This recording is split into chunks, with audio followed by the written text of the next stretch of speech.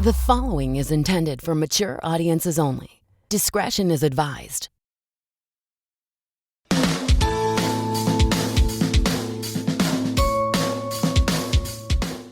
This episode of Childlike at Best with Mike Valdes is brought to you by Ugly Drinks. Ugly is a company that makes sparkling water with real fruit flavor. No sugar, no sweetener, nothing artificial. And with every purchase, a percentage goes to the Girl Up campaign. Ugly Drinks comes in delicious flavors like peach, lemon lime, cherry, and my personal favorite, watermelon. And guess what, Childlike at Best listeners? You can receive 10% off your first order by using the code UGLYMIKE at checkout. It's true. Usually calling me ugly would be offensive in real life, but at uglydrinks.com, it'll save you money. Visit uglydrinks.com and use the code UGLYMIKE to get 10% off your order. It's time to get real. It's time to get ugly. What's up, besties? Welcome to episode 26 Pickup Sticks of Childlike at Best with Mike Valdes, and wouldn't you know it, I'm still the second part of that title. We are approaching Thanksgiving, and I just wanted to say from my family to yours, happy Thanksgiving, besties. You guys are the best, and the thing that I'm most thankful for is you. I'm thankful that you're listening to this podcast. I'm thankful that you are reaching out and saying how much you're enjoying it, how much you're enjoying the guests, and you're learning something cool about these people. I hope that you have an amazing Thanksgiving with your family or your friends, and I hope that you have all the food on the face of the planet without any guilt whatsoever. It's not going to happen. You're going to feel guilty, and it's going to feel awful, but one can only pray. This episode is Alby Dominguez. Alby is an improviser as well as a stand-up comedian. He has an improv troupe by the name of Sin Pena, and he also has a weekly stand-up show in Miami at the Vacillate Wine Bar. Also, if you're in the Miami area and you're listening to this on release day, he's going to be hosting a show November 24th, which is on Sunday, in Miami called The Real Friggin' Funny Family Hour. There's a bunch of great comedians that are going to be on. It's going to be absolutely amazing. And if you're in the area, you should definitely go. It's going to be such a fun time.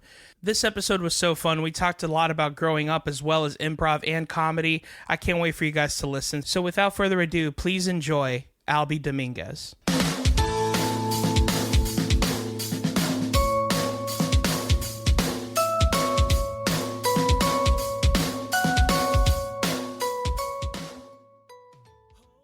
Alby Dominguez is my guest, yeah. Did anyone ever do that to you when you were? Yeah, dude, I've heard it all. I like I'll be there. I'll be sure. You know who I'll be sure is? I know who I'll be sure is. Like any song that has "I will be," I've heard it. Yeah, nice. Yeah. That's crazy. Every time I think of that song, I always think of like the 6th grade dance. Mm-hmm. And how you wanted to dance with that girl, but all of the girls were on one side and all the boys were on the other. And if you went to Christian school like I did, no one danced because that was the devil. So, yeah, it was real. That's not the experience I had at 6th grade dances at all. Yeah. Like boys on one side, girls on one side. It was more like circles around a 12-year-old girl shaking her ass. Okay, so you went to school. Yeah. You went to public school in Miami. Yeah. I get that. That's awesome. Hey, everybody, this is Childlike at Best with Mike Valdes. Hey, guys, guess what? I'm Mike Valdes, and today I have a very awesome guest with me, stand-up comedian, improviser, Alby Dominguez. Hello. What's up, man? Chilling. Oh, my gosh. So, good news, bad news. Bad news is I don't have Flintstones vitamins. Good news is the listener doesn't have to suffer through us chewing gummies into a microphone. So I'll just start by asking the first question that we always ask here, which is, where did you grow up? I grew up in Westchester, which is like the neighborhood right next to FIU. Okay. In Miami. That's awesome. Mm-hmm. I've never actually been near Westchester. Like, what kind of neighborhood? It's like Hialeah, but more polite. Like, it's like very, very Cuban. Okay. Actually, if you look up the statistics, it has a higher percentage of Cubans than Hialeah, but it's not an actual city. So Hialeah takes the most Cubans, like the most Cuban city title. And it was nice, man. I like it because it was like suburban, but it still had character. Yeah. 24-hour Cuban spots on every corner. And there wasn't like a city government around, so you didn't feel like a bunch of cops and there wasn't crime. It was chill. Yeah, that is pretty cool. So, we talked about it a little bit. as far as like what sixth grade dance was like and things like that. But what kind of kid would you say you were in school? Like who'd you hang out with at the lunch table, that kind of thing? I was needy and nerdy for sure. Needy? Yeah, dude. I would just like way? because I would like get into groups that were like I wouldn't be hanging out with all like the otakus and the weebs and the really nerdy people, but I would like weasel my way into people that were like slightly cooler than me and just Sure. like be like, cool, I'm here. How can I stay here? Duh. It's the performer in you, dude. Yeah. That's what it was. I was like that as well. I mean, I would say for me, like I was more like a chameleon. Like I was kind of just everywhere. I had all different kinds of friends, I guess.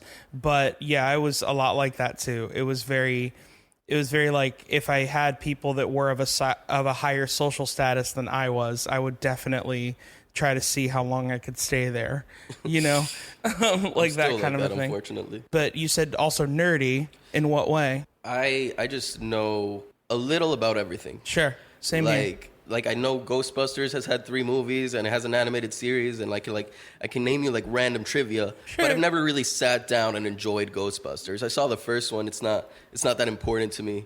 I just know a lot about pop culture stuff like that. Like I was basically addicted to Wikipedia as a child. Okay. So because that was gonna be my next question is how did that happen? Like how does a brain like that form? A lot of Wikipedia, dude. So you just like. You like searching the internet and like, well, people like Ghostbusters. Let's see what Ghostbusters is. Yeah, like I like knowing like what is up. Like I don't. I like being in on the joke. I don't like seeing SNL. Yeah. And then being lost for a whole minute. You know what I mean? Or seeing The Simpsons and being lost. Just goes to show. Not that I even watch The Simpsons like that, but I know they're very referential. Yes, I'm actually glad this came up because I've had this thought recently that.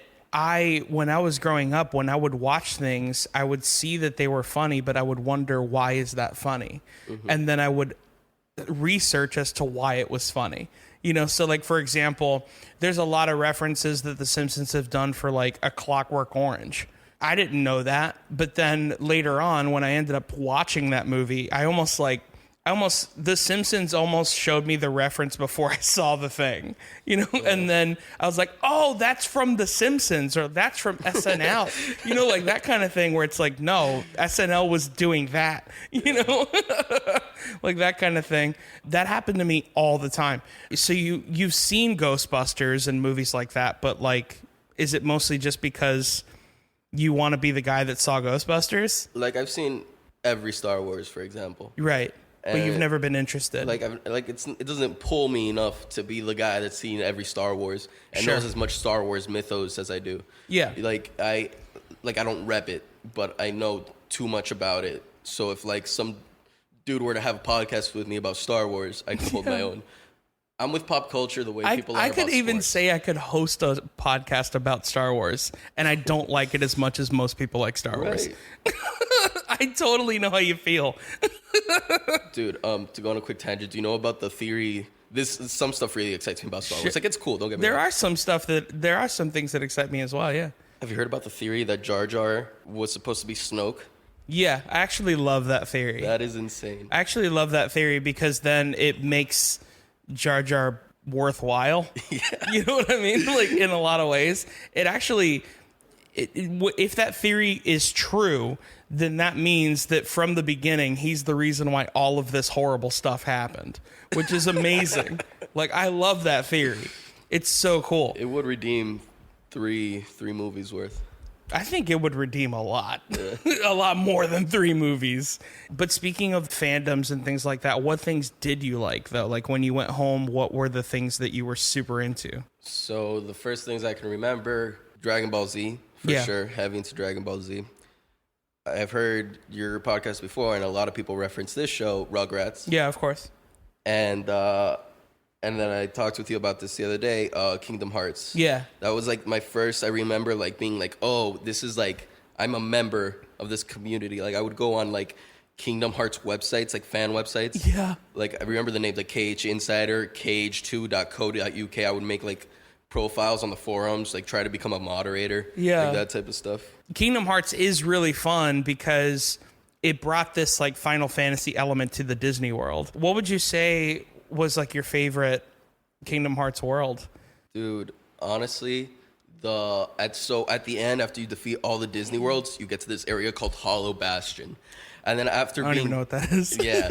So after being put through, saving all the Disney princesses and seeing all this like Disney cartoon stuff, and it's very lighthearted and it's about saving your friends. Suddenly you're in this really creepy, dark world, and you get morphed into one of the Heartless, like one of those dark little enemies you're fighting against.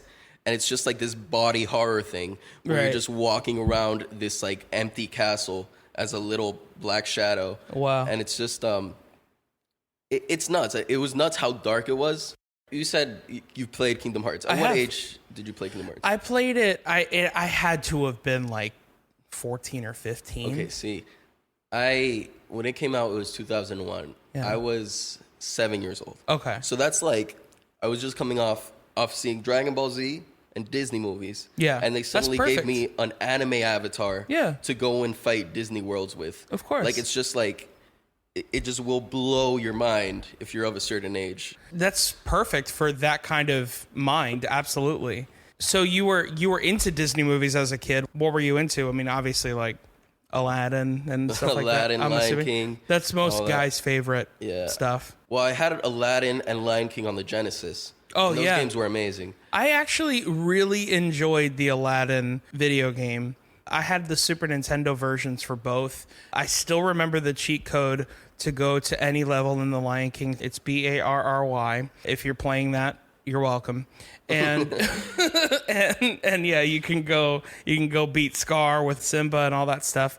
Yeah, I even remember like as little Simba, I have these weird like, I think it's like OCD, like I don't know what it is. It's like music OCD or like note OCD where like I remember things exactly as like the note that it happened, if that makes any sense. So like whenever I like re-sing a song, it's almost exactly like the song sounds. Because that's how I remember it. I remember it exactly how it sounds. So for example, I remember all the sound cues in that game, and whenever Simba would jump and get a bug, he would go, cool. That just sounds like you're a talented musician. No, that's not. It's OCD. That's what it is. Yeah, I'm insane. That's what it is. What about different movies, television shows? Yeah, the first movie I remember going to the theater to see was Harry Potter. Okay. Yeah, so that's my I couldn't watch that for a long time. Yeah, witchcraft, brujeria. Yeah.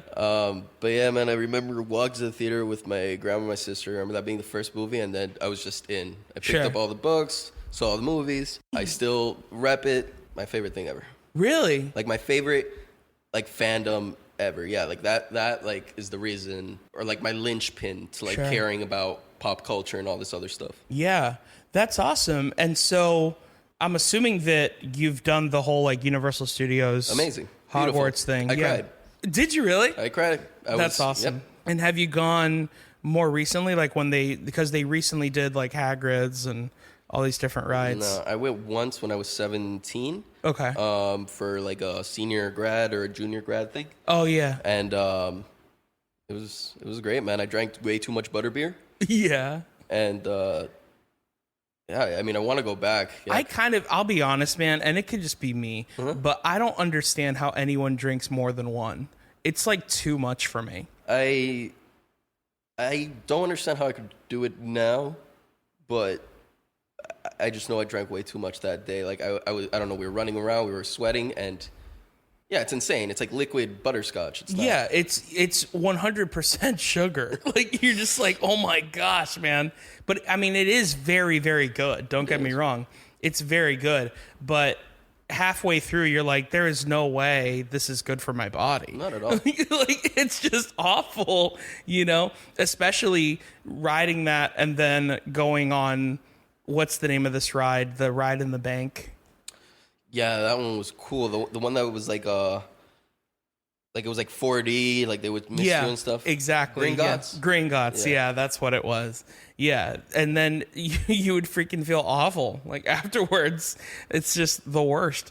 Now they have a bunch of different things. They have, because back then I remember I went around the grand opening time, and I think that's the only time I've ever been to something where there was a grand opening and I was like, whoa, like people really care about this thing. because like people were like taking pictures of janitors just because they had brooms in their hands. Like it was ridiculous. Like it was nuts. And like I like Harry Potter a lot, you know. Granted, I didn't see the movies until I was in my 20s because I wasn't allowed to. But I went in there and I was like, I mean, I get this, but at the same time, like, come on, you know? But dude, again, back to like the Kingdom Hearts thing, catching it at a certain age. Harry Potter, if you caught it while it was happening, you were literally growing up with the guy. Yeah. It was so.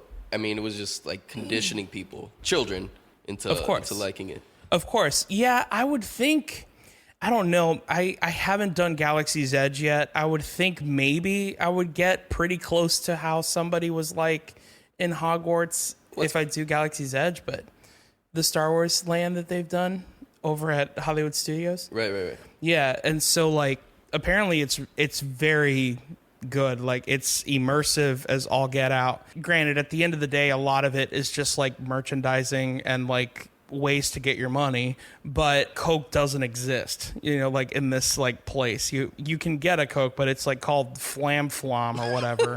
And you know, it comes in like a thermal detonator bottle and all these kinds of things, which is super cool. But again, it's like another way to charge an extra $1 for a Coke, you know? So it is very like, I've actually seen a YouTube video and this guy made a really great point where he's like, it's almost impossible to enjoy this if you don't have money. You know what I mean? Oh, yeah. Like, because it's just everything you do other than a couple of, well, there's one ride that they've been working on for a long time. And then they have the Millennium Falcon, which is like the big deal. So really only one ride is working. Other than like walking around, seeing the immersion and riding one ride, those are the only things you can do for free. Everything else costs money. So you want to build a lightsaber, that's $200, which no lie, that's what it is. You want to do any of that stuff, you know, it's crazy. Doesn't mean it isn't fun, and it doesn't mean that I don't want to do it. I definitely do, but that's just what that's just what it is, you know? I mean, at that point, I'd rather like spend a couple days in New York. Yeah. I have a joke about going to Disney. Like my girlfriend's like big into Disney, and she like thinks she like wants to go to the parks all the time and shit. And not that I have money for New York, but if I had money for New York or Disney or like to go anywhere and travel versus Disney, I'd travel. Like that's just me. Like I don't. Yeah. Like I said, I'm very excited about Harry Potter and all that stuff. Yeah, of course. I don't know. I'd rather go to another town and like see what's up. Like travel is. What's your dream place? New York. Really? Yeah, New York. I spent 10 days there. It lived up to all the hype I've like had in my head just from like movies and like everything. Yeah, of course. And granted, I was only there 10 days. Yeah. And I was staying in a beautiful apartment in the middle of Manhattan. So I was like, you know, I was setting myself up to live the dream. But yeah, man, the one thing like I always say about New York, like you can't feel anxious like walking around because it's like there's so many people walking past you. Yeah. That it's like, how could anybody give a fuck about you? How could you be self-conscious? Right. So I just felt really good as soon as I like was walking around in there. Yeah, I've been there once as well. Less than you. I want to say it was maybe 3 or 4 days. Mm-hmm. It was a senior camp, or not a senior camp, a senior trip kind of a thing with my high school. And we did this like, we rode basically a Greyhound bus and we did all these different things. Like we went to Washington, D.C., we went to New Jersey, we went to New York. We did like this whole big thing for a couple of weeks.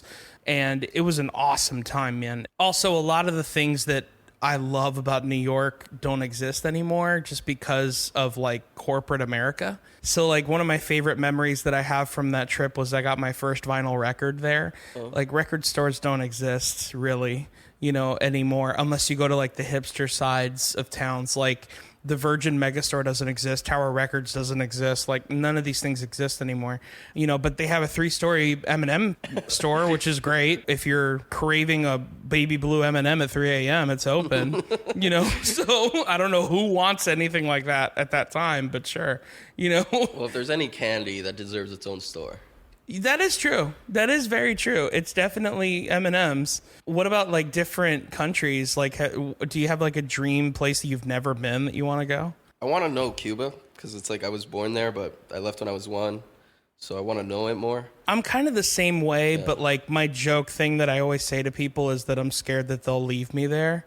Like, dude, that's legit. Like, okay, were you born here though? I was born here. Okay, so you're fine. Yeah. I'm still a Cuban citizen. So I'm afraid I get there and like, I don't know, there's Trump tweets some shit, there's a diplomatic crisis, and I'm stuck in Cuba. Yeah. And I know that's irrational. I know Cuban citizens go to Cuba all the time, but that's just in the back of my head. Yeah, it's like, I know 95% of me knows that I'll be fine, but there is like that small percentage that always like threatens the fact that, well, maybe they might keep you there though.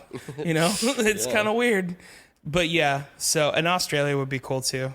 But mostly just because of kangaroos, you know, and koala bears. Would you eat kangaroo? Would you eat kangaroo? I don't know, man. If I hadn't seen it, maybe.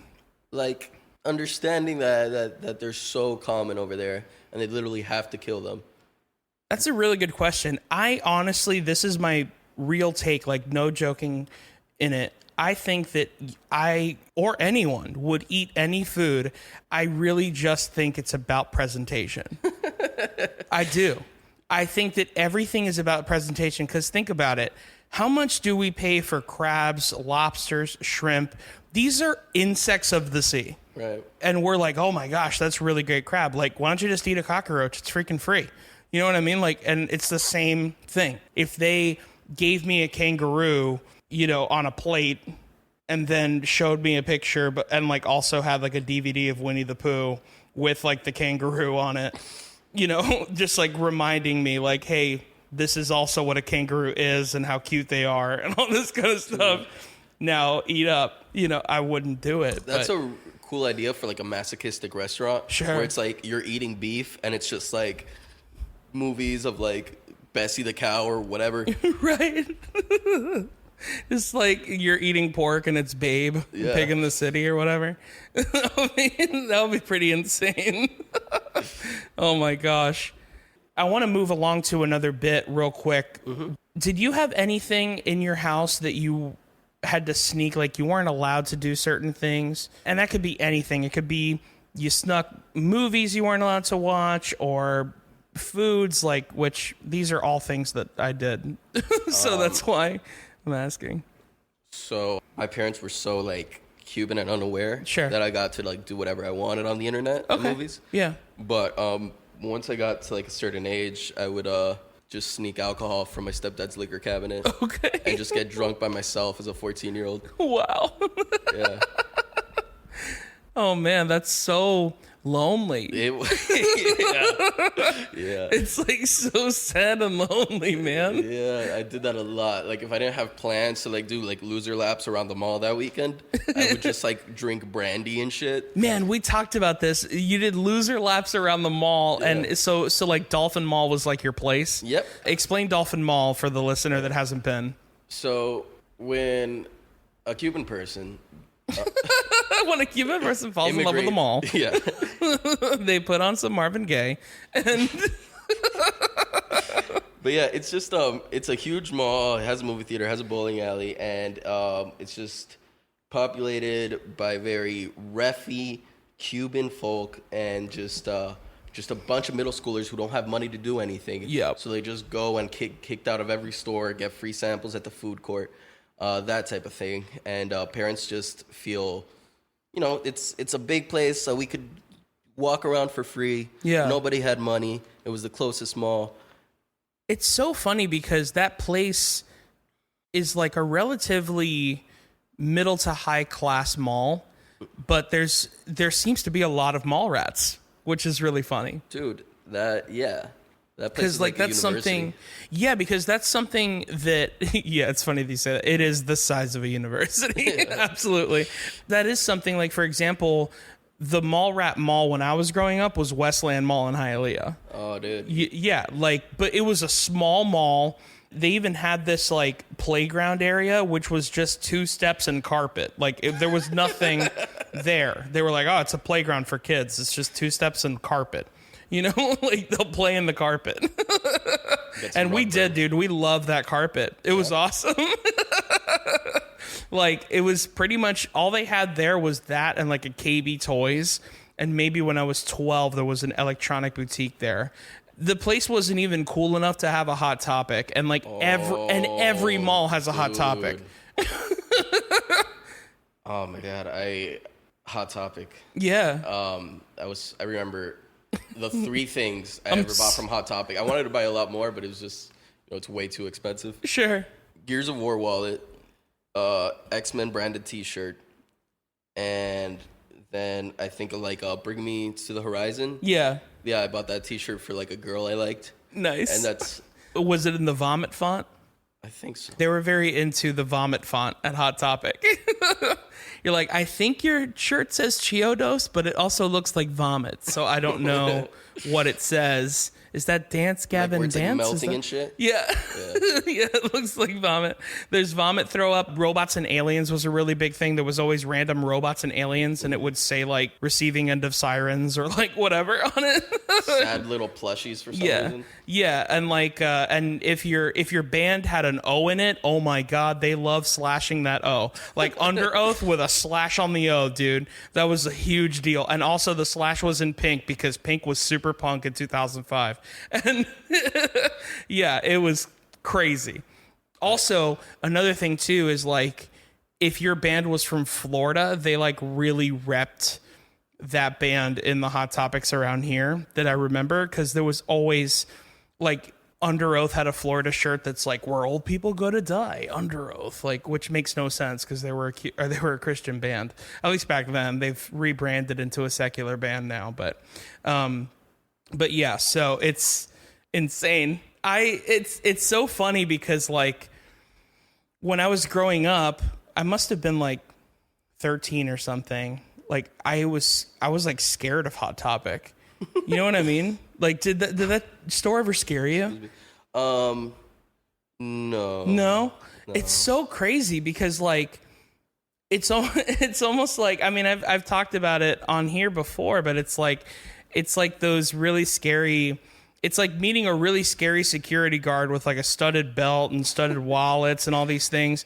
And then you talk to him for 2 minutes and then you start to realize that he's a sweetheart and he just likes Pokemon. Mm-hmm. Like that's pretty much what Hot Topic was. Like it's only scary on the outside. Once you go inside, you realize it's just a bunch of Pokemon shirts. There's a lot of gentle giants like that. Yeah. That they wear like studded belts and shit, but like their favorite TV show is like Oran Host Club. Yeah, like exactly. Yes. Some girly anime. That's so funny. Oh my gosh. Yeah. And also like if you're really into like Nightmare Before Christmas, that's like your place. You know what I mean? That store really beat some stuff into the ground, huh? Oh yeah, absolutely. Yeah, it's kind of insane.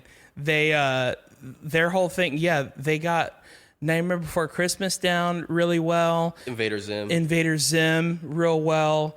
Gosh, what is it? Well, now it's like Pokemon and Stranger Things, really. Like a lot, like they're really pinning that down. So it stays with the 14-year-olds. Exactly, yeah, that kind of thing.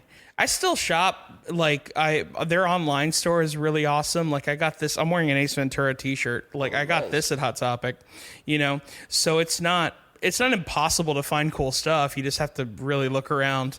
But I'm never going in there because that place is super. It's hellscape. I'm so afraid of like just malls in general, dude. Sure. Like teenagers are just.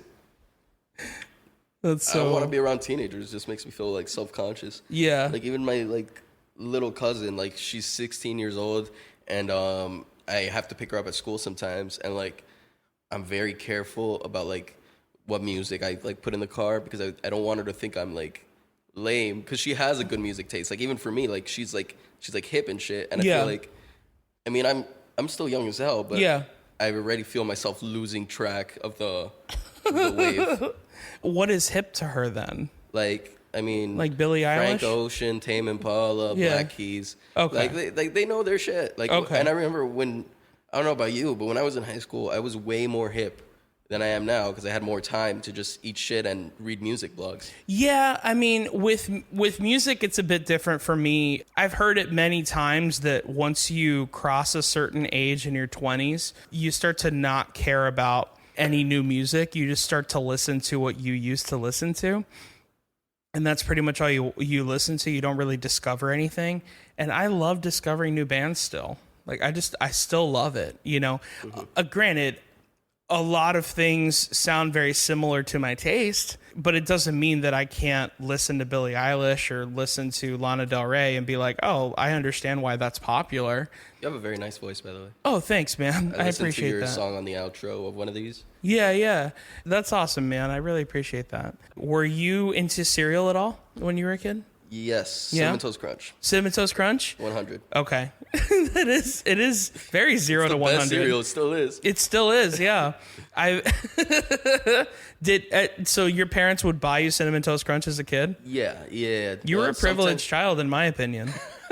Sometimes we would get the off-brand, Cinnamon Toasties. Winn-Dixie, Cinnamon Toasties. Yeah. I actually remember I talked with my best friend David on this podcast where we were like, it seemed like Cinnamon Toast Crunch, at least growing up for us, like Cinnamon Toast Crunch wasn't a cereal you got until you could pay for it with your own money.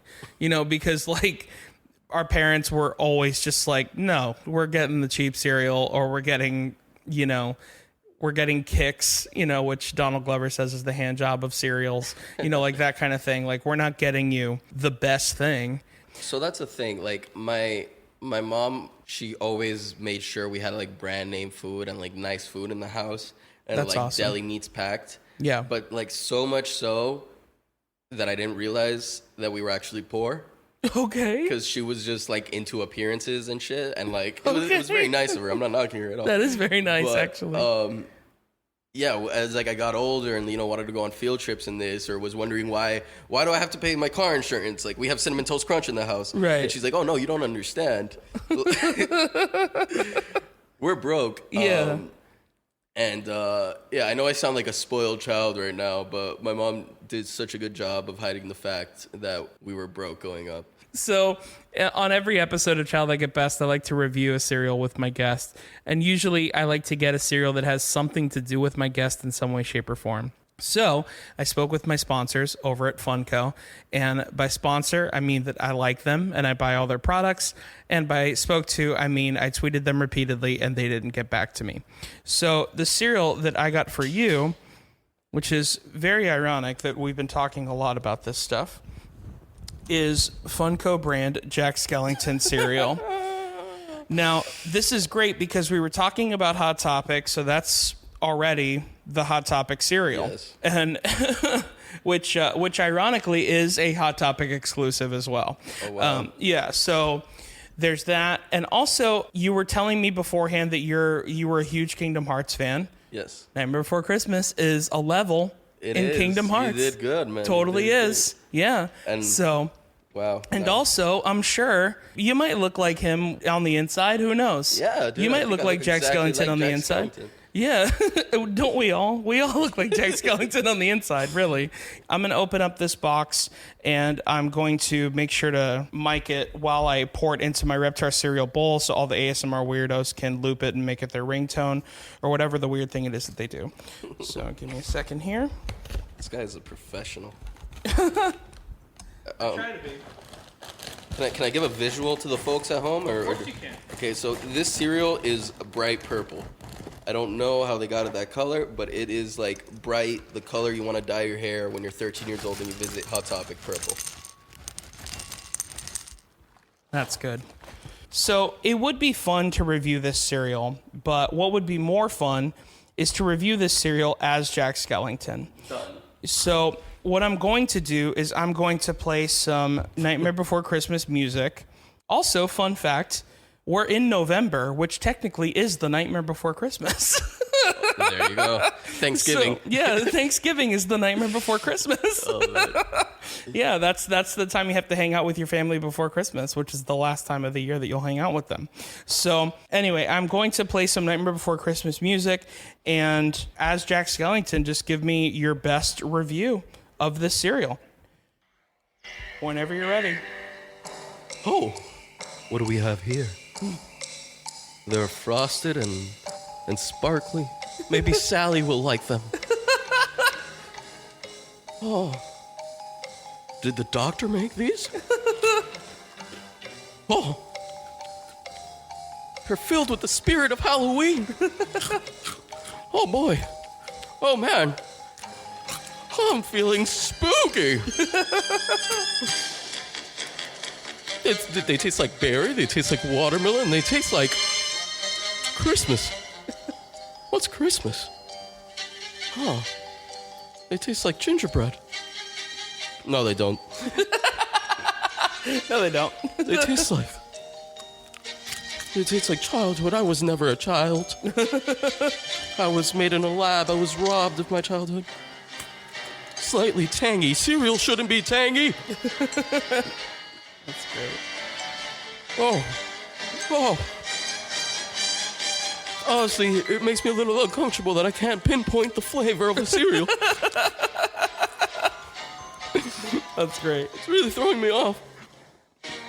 Oh my gosh. Jack Skellington from Nightmare Before Christmas, ladies and gentlemen. I haven't had That this. was an exact impersonation. Of Jack Skellington? That was an exact impersonation. You know what's funny is that it does sound like him a little bit, but while you were doing it, I started realizing, because the thing that I've learned about impressions that I really like are specific tics that voices have. Dana Carvey does it really well, where he'll find a tic in someone's voice and then just amplify that tic, and then that's what makes it funny. And what I realized about you doing your impression about Jack Skellington is that he is always enamored with everything. Like, he's always, what's going on? Like, it's very, I never noticed that. And then I started realizing, like, oh, he literally has a song called What's This? Like, so it's very like, what's this? Like, it's that kind of emotion the whole movie, I'm sorry, I just have to say you sounded a lot like Bert Kreischer just then. Yeah, I did. Yeah, I'm a machine. Dude, did you see that dance video that Tom Segura posted? Yes, I did. Oh, it was great. Yeah, I'm a huge fan of both of those guys. Oh, my God. So you've done stand-up for a little while. You've been doing improv as well. When did you start comedy, just in general? I started improv about 3 years ago, and not to be a sap, but I think I started it. I've been wanting to go and do an open mic or do something for a long time. Yeah. Like, this girl that was in an improv troupe was like, hey, you should come audition for an improv troupe. I think you're funny, like back in college. And then one of my friends passed away, and like really weirdly, like she fell off a cliff, and that just like woke me up a little. Yeah. And it wasn't like she died and like I signed up for an improv class, Right. but like week of, I just like Googled improv class and just signed up. That's interesting. Was the friend that told you about this the one that passed away? No, not at all. That girl wasn't even my friend. She was just friendly, and she saw me do like a drama presentation in Right. drama class. But she fell off a cliff, like traveling, like living her best life, right? Right. She wasn't sick. Of course. So that's it was just insane. like, and she was like the second friend of mine to like pass away unexpectedly. And Yeah. it was just like, oh, this thing could end at any second. And I don't know, it just gave me a little bit of a push. So I know exactly how you feel, man. Like, Yeah. I had a buddy that, we were friendly. We weren't super close or anything like that. But he went to this church that I went to for a little while, and then people within that church formed a band, and then he was like their merch guy for a little while, and we would meet at every single show because I would either support them or we were on the same shows or that kind of thing. And that's how we basically got to know each other, was through that. And then it was a very like unexpected death kind of thing. And it was one of those things where it's just like, it was my first holy crap moment, because it's just like, this could happen to anybody, even people and even yourself. So you need to do whatever it is that you feel that you need to do. It is an eye-opening thing, man, and it screwed me up. It screwed me up for a couple of days, maybe even longer than that. Yeah. So I just want to say one thing so I don't feel like a phony. I did an open mic, like blackout drunk, when I was like 19. Sure. And I met all like the guys that like hang out at Taurus and stuff. Yeah. And like had done a couple open mics, but I didn't like take it seriously or do anything for like years after that. Sure. I just don't want to feel like a phony saying, like trying to put my friend's death as like the thing. No, I get you, man. That's totally fine. I mean, that could also be the reason why you wanted to take it seriously, if that makes any sense. Because like my thought that I've had recently is most people, which, you know, some people like I just spoke with Carmen Zeta last week, and she was talking about how it was always like on her bucket list to do comedy, and it was always like that kind of thing. And to me, I'm the kind of person where like if something is on your bucket list, to me, it doesn't seem like something that you would continue doing, because it seems like you've achieved the goal and you're done. Right. That's the way my brain works. The way my brain works is I've done the thing, I'm done. I don't need to do this anymore, that kind of thing. To whereas like comedy for me became something that like I just did it because I felt like I had to, you know, and then as I was doing it, I got the bug and I just kept doing it. Like my story about comedy is just like I was in LA for acting and I met with a manager, and that manager was like, you need to take improv classes. And I couldn't afford them, but I saw that open mics were free. So I just started doing stand-up. And then I fell in love with stand-up, which is different from improv, and I know that now. But it's, you know, back then, you know, I thought I didn't think they were similar. Like I knew the differences, but at the same time, I was the kind of person that was like, well, I'll be improvising on stage because I don't know what I'm going to say. Like that kind of thing, like never realizing like, no, stand-up is a very prepared thing. You can't just go up there and improvise, because even if you do well, if you're not recording how well you're doing or remembering those things that you said, then it's all for naught. And then you go up and you do something else, like, you know, what's the point?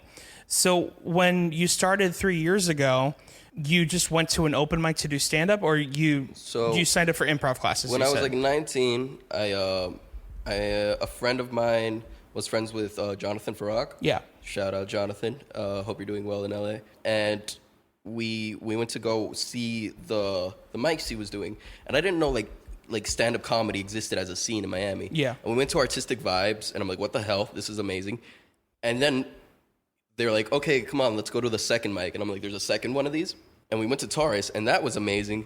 And I think that night I got drunk enough, and I went up on the mic, and the only joke I remember is I had one joke, and it was my grandfather's name was Tranquilino Dominguez. That's Spanish for chill as fuck Dominguez, which is barely a joke. But yeah, man, like I said, I didn't do it for a long time after that, but it was crazy to me that Miami had anything like that. Yeah, it is kind of insane. Stand-up is difficult. Like, stand-up and improv are actually a lot like the differences that we're talking about with music and comedy, where like they're very similar, but they're also very different in a lot of ways. Like, I actually envy improv people a lot, because, you know, a lot of improv people will hate on stand-up because they will say like, oh, well, it's prepared and you know that what you say is going to be funny or whatever.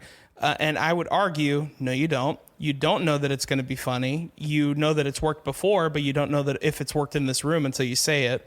And also, the thing about improv is when something isn't going well, there's people supporting you. Yeah. So when something isn't going well, somebody can see you on the sidelines, start a new scene. And then hopefully that scene works. And if that doesn't, another person will start a new scene. And no matter what, there's always going to be clapping. There's going to be people on the sidelines laughing, supporting. Even if you've got nothing, there's people supporting you.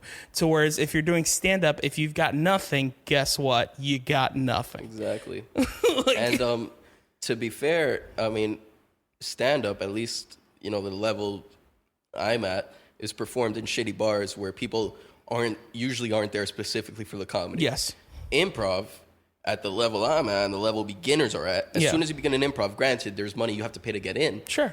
but you're performing at an actual theater where people come here to sit down, shut up, they have a seat, they're a captive audience. Yeah. So I would say it's a little easier to make those people laugh, and those people understand they're coming to see something that's more theatery. They're going to give you the laugh a little easier. Exactly. I say that as somebody who does both, and I don't know, I just feel like this is my whole thing. It's really hard to be great at either improv or stand-up. I agree. But it's way easier to be good at improv than it is to be good at stand-up. Yeah, that's very true. I'm the same as you, man. I respect both of them in different ways. Like, I love both of them, and, you know, but at the same time, like, I see the holes in both of those things. Like, I understand when people are like, oh, but it's prepared and we just come up with it on the spot. Like, yeah, I understand. Like, I understand that, you know, it's a more creative thing, and, you know, for you in that aspect. However, this kind of thing, you know, is what's different. That's also difficult for a stand-up that you don't have to deal with, you know, like that kind of thing. It's pretty insane. So did you start at Just the Funny? Is that where you started? Just the Funny, Cool. yeah. And then that was your first, you took your first class there? Yes, I took most of my classes with Tom Neal. Shout out Tom Neal. He's with Sick Puppies in Boca Raton. Yeah. They're really liked his teaching. He like made improv seem cool. Like, Yeah. he's like kind of like a guy that like it's hard for him to smile, I guess. Sure. So it's just like improv, at least to me, it can be a little corny. So I feel like his personality balanced it, and I got a really good like first impression off improv. That's awesome. And how many courses did you take? You had to take 5 before you got in the company? 5. Yeah. And then when I took the 5th one, Just the Funny came up with a new class, a Herald class. Right. And it's like, hey guys, we're not going to you can take auditions with just taking the 5 classes, but we have this class for you to take in the meantime. Right. So of course everybody took the 6th class. And, you know, no hate on them. And I get that that's how they make their money, but there's definitely a problem with improv theaters and just like people taking classes, like just an infinite number of classes, and just like this pyramid scheme thing. Yeah. And like I feel like, and this goes for improv theaters across the board. I'm a cast member. I would even say that about stand-up comedy classes as well. Stand-up comedy classes are even, I feel like it's not as common, and it's even like a little worse. Yeah. Like, unless it's about like, I get it. It's like if you want to pay $200 for somebody to coach you to go to your first open mic. Yeah. I get that, because it's hard to go to your first open mic. Yeah, and that's actually what I did. Yeah. That 100% I completely agree with, because I definitely think that it's important to take some sort of class on how to write a joke. Like, just learning the structure of a joke. You don't realize how difficult it is just to take a microphone out of a mic stand and take the mic stand away from you and look natural on stage. Like, that's something that needs to be taught to you. Like, even for me, like, I've been on a stage my whole life. I needed to at least practice these types of things, and these are all things that I wanted to do before I hit my first open mic, like that kind of thing. So I think that it's definitely necessary when it comes to the bare bones of things, but you really, the place where you're learning is on stage at shows. Like, the same thing with improv. You know, you definitely need to know, this is the structure of this format, this is how this format works, this is the game, or this is the thing. Once you learn those things, you're pretty much squared to go. Like, that's pretty much it. It's about stage time, and I think coaching helps a lot too. Of course, yeah. Coaching is very important as well. That should be. I just want to, just to finish my rant real quick. Oh yeah, go for it. I just feel like improv theaters, as a rule, and there are exceptions to this rule, care way more about their classes and like selling classes. And then once they sell classes and get you to graduate from their program, they have you contribute free labor until you get disillusioned with the thing, because they don't put enough effort into the quality of the shows, because they're concerned with selling classes, because they know that Mike, eventually, if he gets good enough, he's going to leave the theater, and he's not going to give them any more free labor. So why are they going to give in to Mike's demands or Mike's requests of having better shows and better slot times when they can just make a new Mike come up the ranks until he gets disillusioned? Right. So it's just like, and I feel like it could change granted, there's people trying to change this right now. Not every model is the same, but I feel like if improv theaters put more effort into their shows, and they have these beautiful theaters, and it's crazy that nobody knows about it, and it's like cheap ticket prices. If we put more effort into the quality of the shows, I feel like things could change. But there are just some people who are just conditioned that this is the way it's been. We took this out from Chicago. This is the way it's got to be. Yeah. And it's like it works in Chicago because that's like the Harvard of improv. Like, right. If I'm really good at improv, I'm going to go to Chicago and be with a bunch of other people that are really good at improv. And it makes sense that I'm paying all this money because I'm at the Harvard of freaking improv. I guess, but like to me, at the same time, where does that all go? For me, I need something more than I get to perform twice a week or 3 times a week for no money. Yeah. I need something more than that. Well, that's the thing, right? And it also makes it less democratic. If we increased, and I'm not saying just to be clear, I'm very insecure in my own improv and stand-up skills. Sure. I just as somebody who's watched a ton of it, I know what's good and what's bad. If we increase the threshold of what could actually be put on these beautiful stages we have in freaking Miami, dude, I feel like more people would come out. You could increase ticket prices. Things could change where you could pay the 6 people on stage and you could pay for the theater as well. And you can make money off of drinks and you can do all these things. You could cultivate your own cast, turn them into celebrities, be paying them while you also set them up for success in the future. And then the people coming up your ranks are only going to be that much better because they stuck with it. Yeah. I know it's not like a cash cow. I know these theaters aren't rich, and I know a lot of times they need that free labor. And hey, I've given it, I've supported. Yeah. But I feel like there's a lot of stuck in their ways. Yeah, I agree. And to be real, man, when it comes to people going to Chicago to do improv, a lot of those people are going to Chicago to do improv because they know that the ending place might be SNL. That's crazy. That's I get it going there with the mindset. So I was thinking of going to Chicago for 6 months. It's a study abroad sort of thing. Of course. Because I saw the stand-up mics and I'm like, holy shit, these guys are on another level. Mm-hmm. I was at this crappy open mic where it was a dive bar and the crowd was only comics and everybody there was worth a guest spot at the Miami Improv. Everybody had their jokes, you know. I feel like I'm not necessarily a joke writer. I rely on my personality a lot. With a lot of other Miami comics, that's just the Miami style, I think. And everybody there was about the math of the joke. Yeah. And it was crazy because there wasn't anybody seeing these people besides their friends. Right. So it's just the quality there is definitely better. And it's you'll have to get better because you're following better people. Yeah, that's a good thing, by the way. Not to cut you off, but that's a good thing because I'm very thankful that I started in LA because of reasons like that. Mm-hmm. It was a very get good or get out kind of thing. And I definitely think for my personality that I needed that. You know, some people don't want to do that. You know, some people are very content being the funniest person in their family, you know, that kind of thing.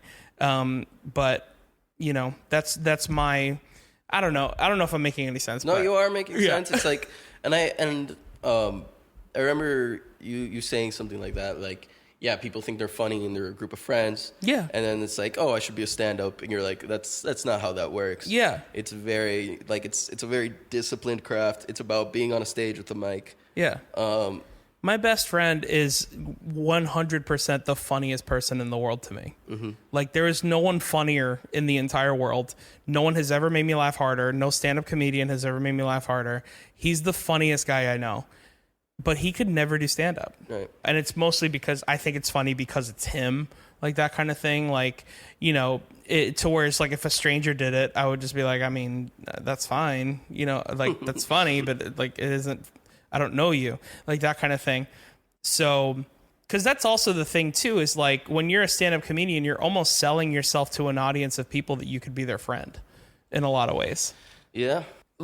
You're basically trying to sell hey, I'm the funniest person at this party, or I can be your friend, you know?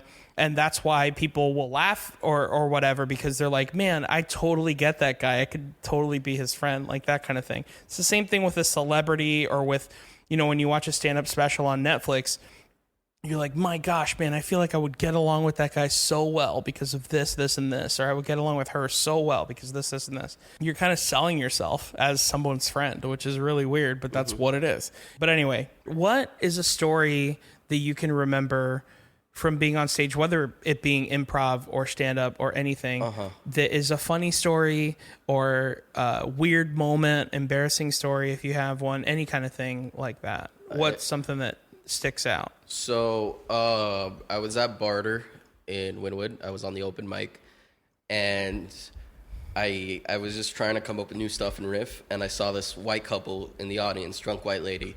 So I started going off on white ladies, and I was talking about how the week before, at Sweet Caroline, a drunk white lady came up to me after the show, and she's like, "Hey, I like your shirt. I want it." I'm like, "Cool, pay me $40. I'll give you my shirt right now." And she was drunk, and she's like, "No, no, no." And she just starts walking up to me and trying to take off my shirt. Meanwhile, her boyfriend is just in the back, just looking at her like, "Ah, shucks, what are you going to do?" Oh, wow. Yeah. So this lady's like touching me and shit. I'm like, "No, man, back off." So I was just going off on how white ladies like feel entitled and how Me Too shouldn't. Hashtag Me Too, but it shouldn't be about white men in power taking advantage of women. It should be about like white ladies taking advantage of frail Hispanic boys. Right. And this lady just starts getting angry, and she flips me off. Like, she's just, like, flipping me off during my set, and I'm like, okay, that's lame. Yeah. But then, so I go harder in on white ladies, and she runs up on the stage and starts, like, chasing me and shit. And there's, like, a video of it, and, like, my cover photo on Facebook is, like, her flipping me off while I'm on the mic, which is just a nice shot for me. That's crazy. Yeah. If anything, I'd say what's crazy is that I've been able to do this shit. And, like, with my improv troupe, we're able to put on shows. And in a gym, we convert a gym to a theater. And I'm sorry, my mind isn't going to, like negative, crazy stories right now. No, that's fine. Right now, it's just... You don't have to. It's crazy that not to get sappy, but it's crazy that I get to do this shit. Yeah, of course. Yeah. And I've seen your troupe. Scene Pena is the name of Alby's troupe. A lot of really funny people are on that troupe. Yeah, I saw you guys. It was the Impromity War, or the the Impromity War. That's what it was. It was you and the Society Circus players at Artistic Vibes. Yeah, dude, that was a fun show. It was. Did you see that I busted my lip in that show? I did, because that's definitely a story you can tell. Yeah, that's a story. We were playing this game, and we were running around setting up the game, grabbing our props or whatever you want to call it, and my buddy headbutts me in the face. And we're hosting the game, so I have to host while I'm bleeding out my mouth. It was a good look. Did he headbutt you on purpose? No, not at all. He was just like, we were like kissing each other on the head. Like, we were like just like, okay, we're gonna get this. So we were just like, and he like, when I went to go kiss him on the forehead, he like went too hard. Yeah, just too much impact. Yeah. Yeah, but it was good for the show, man. Yeah, there was a lot of blood coming out of your mouth. It was kind of crazy. It was intense. Yeah, it was a very intense moment, but it was fun at the same time. You guys did some weird, like... It was commentators where we Yes, commentators. I was going to say news broadcasters, yeah. And then we were like basically calling a mundane activity like it was like an NBA game. Yeah. So like they picked like sweeping floors or something, and then just... two people would come out and do charades of sweeping floors, and we would just, hype it up like, and she's grabbing the boom, and that dust is flying everywhere. I don't know how she's going to handle that. Right. It's just an easy game. The audience eats it up. Yeah, a lot of the games that you played were super fun. So you have a show. You're doing one on Sunday, right? The Friggin' Family. So... The friggin' family hour. The friggin' funny family hour. Yeah, that's what it is. I regret naming it that so bad, because whenever I have to advertise it or talk to people about it, it's like a tongue twister. It's like, it looked good on paper. Sure. When will this be out? It'll be out on Friday. Okay. So the show on Sunday, you can promote it. Guys, if anybody listening to this cares whether or not I'm successful ever. Please come out on Sunday. I'm gonna cut you off for a second. What? I want the listener to know how you look like you're channeling Keanu Reeves right now. I do give off that vibe. Yes. I just want to say, if you like anything that I do, come out on Sunday, bro. But yeah, Sunday night, we have 11 comics back-to-back at Just the Funny Theater, a beautiful 90-seat theater. They got beer and wine over there, $20, which I will say is steep for a stand-up show. But hey, we're supporting local comedy. I'm paying every comic on that show. I promise to pay them each way too much money. So if you guys don't come out, I'm going to run into some problems. Yep. Yeah, we have a lot of tickets sold already, but we could sell more. So Friday, when this comes out, buy your tickets on Eventbrite. Contact me directly if you want a little discount. It'll be a fun time, guys. Also, the way that I look at it as well is you might be paying $15, $20 for these shows. There's going to come a time where you're going to have to pay more than that to just see one of those people. Exactly. You don't think Joe Bob McGinney is going to charge $35 at least? Yeah, he's going to charge $35 in a chicken. You get $35 in a chicken for his like Santera girlfriend. Yeah. I want to see Joe Bob's take on Santeria. I haven't seen that yet. I love chicken, man. Yeah. Yeah, it's real weird, man. Since we're already talking about Joe Bob, I want it's always so strange for me because Joe Bob is a character that Travis Benton invented, and it's a great character. And it's taken over his life.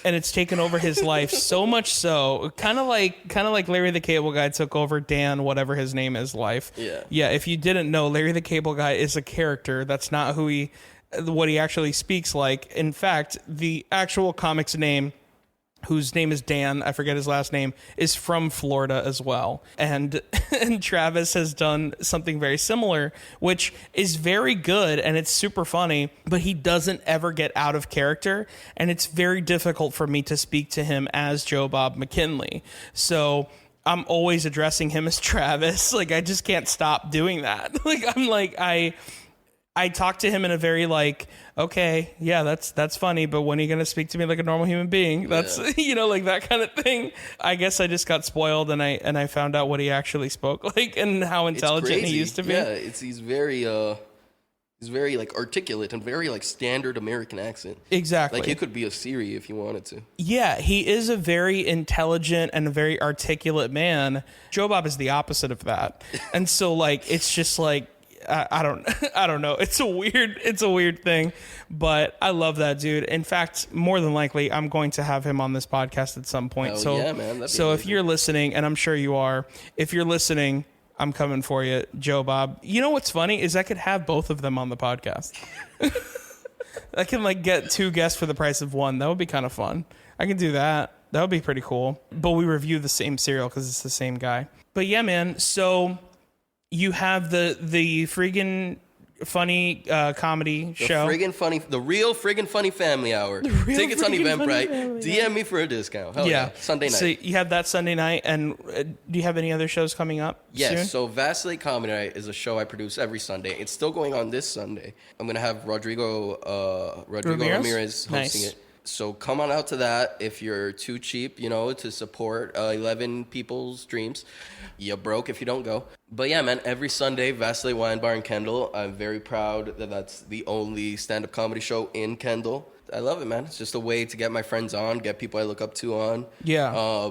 I'm super grateful. I do feel a little stifled by hosting every Sunday. I feel because I don't feel experienced enough to like know how to manage hosting. I feel like I can't try new stuff, but I have to be there. Yeah. And it's like a catch-22 because I feel like I can't try new stuff, but I have regulars coming every Sunday. Yeah. So I have to do new stuff for them. But if I do new stuff for them, I risk hurting the show. It's like the host's responsibility to keep it lively. So I rely on like jokes. I rely on crowd work basically and just getting in and out of there as quick as I can. So every once in a while I'll have like, Carlos or my girlfriend host it and try to get new stuff like that. Thank you so much for doing this, dude. Dude, thank you for having me. I really appreciate you. Where can people find you online? At Alby.Dominguez on Instagram and Alby Comedy, Facebook. Alby Comedy around the mountain when she comes. Oh, that's a new one. There you go. But yeah, man, Alby.Dominguez on Instagram. Follow me, DM me for a discount. Maybe I get a job at On the Border in Kendall. Come visit me. What the I just had an interview yesterday, so who knows, man. If anybody's Things hiring, are really coming up in the comedy world. Yeah. Getting a job at On the Border. yeah, dude. That's amazing. If anybody has any leads on production assistant jobs, feel free to DM me. Trying to get some, in on some production experience. Yeah, trying to put some cream cheese on a bagel for Dwayne The Rock Johnson, So... So for me, you can find me on Instagram at Mike Valdes, on Twitter at I am Mike Valdes. You can go to whoismikevaldes.com to find out the answer to that question. And subscribe to this podcast. Rate and review it if you'd like. If you have something nice to say, go ahead and say it on the iTunes and on the Apple Podcasts and all that stuff. If you have something mean to say, keep it to yourself, because that's the way that it should work. And also, why are you listening to this if you don't like it? But that's it, man. Tell your friends, let's grow this family. Bye, besties.